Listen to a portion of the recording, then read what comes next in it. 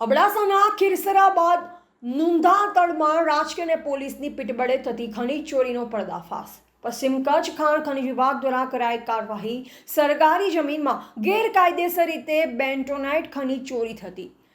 નુંધાતળમાં કિંમતી ખનીજ બેન્ટોનાઇટ ઉસેડવા માટે ખનીજ માફિયા નવી મોડસ ઓપરેન્ડી અપનાવી ગાંધીનગર સુધીના ઉચ્ચ અધિકારીઓની નામનો ઉપયોગ કરી નુંધાતળ ગામે કરાતી હતી ખનીજ ચોરી। ગેરકાયદેસર ખનન અંગે ખનીજ વિભાગે માપણી સહિતની કામગીરી હાથ ધરી। ફરિયાદીને ખનીજ કર્મચારીઓની હાજરીમાં ખનીજ માફિયાએ ધાકધમકી કરી। ફરિયાદીને ખનીજ માફિયા ધમકાવતા હોવાનો વિડીયો આવ્યો સામે। કાસમ હિંગોરા નામના ફરિયાદીને ખનીજ માફિયાએ ધાકધમકી આપી। કાસમ હિંગોરાની ફરિયાદ આધારે થોડા સમય પહેલા ખીરસરા ગામે પણ કાર્યવાહી કરાઈ। ખનીજ ચોરી પ્રકરણમાં નિષ્પક્ષ કાર્યવાહી કરવા ફરિયાદીએ કરી માંગ। ખીરસરામાં કડક કાર્યવાહીથી ખનીજ માફિયાઓ ન સુધર્યા, પરંતુ હવે પછીની કાર્યવાહીથી ખનીજ માફિયા અને ખનીજ ચોરી પર કેવો અંકુશ આવશે તે જોવું રહ્યું। હું હિંગોરા કાસમ આદમ, રહેવાસી ખીરસરા વિંજાણ। મેં 2 દિવસ પહેલાં ખાણ ખનીજ વિભાગને જાણ કરી હતી। જે પ્રકરણ આ નુંધાતળ વિસ્તારમાં હાલે છે 187નું, એનો તપાસ થવી જોઈએ। અને મીડિયાના માધ્યમથી કહેવા માગું છું કે જે લુખાઓ છે આ બેન્ટોનાઇટ ખનીજ ચોરી કરે છે એના ઉપર કાયદેસરની કાર્યવાહી થવી જોઈએ, એના દંડ થવું જોઈએ। અને 187 સર્વે નંબરની જે લીજ થઈ એ સીલ થવી જોઈએ, કારણ કે લીજમાં માલ નથી, ચોરી માટે જ આ ઉપયોગ થાય છે।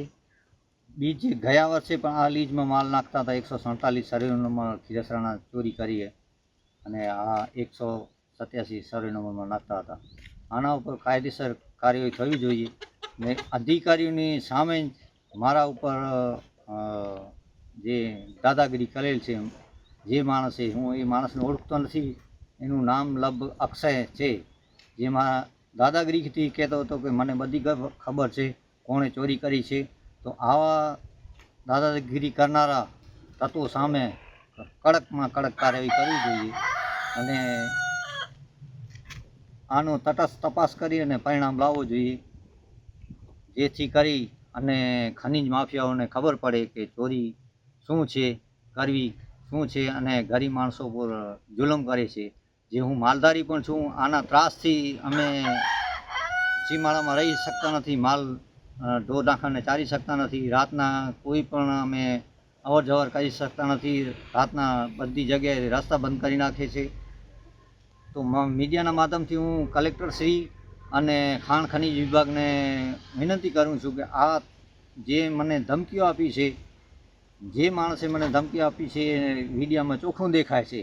તંત્રની સામે ધમકીઓ આપી છે મને, ને મારી જાનને ખતરો છે, એટલે આ માણસ ઉપર કાર્યવાહી થવી જોઈએ, કાયદાકીય કાર્યવાહી થવી જોઈએ। રિપોર્ટર રમેશભાઈ ભાનુશાલી, નલિયા, અબડાસા, કચ્છ।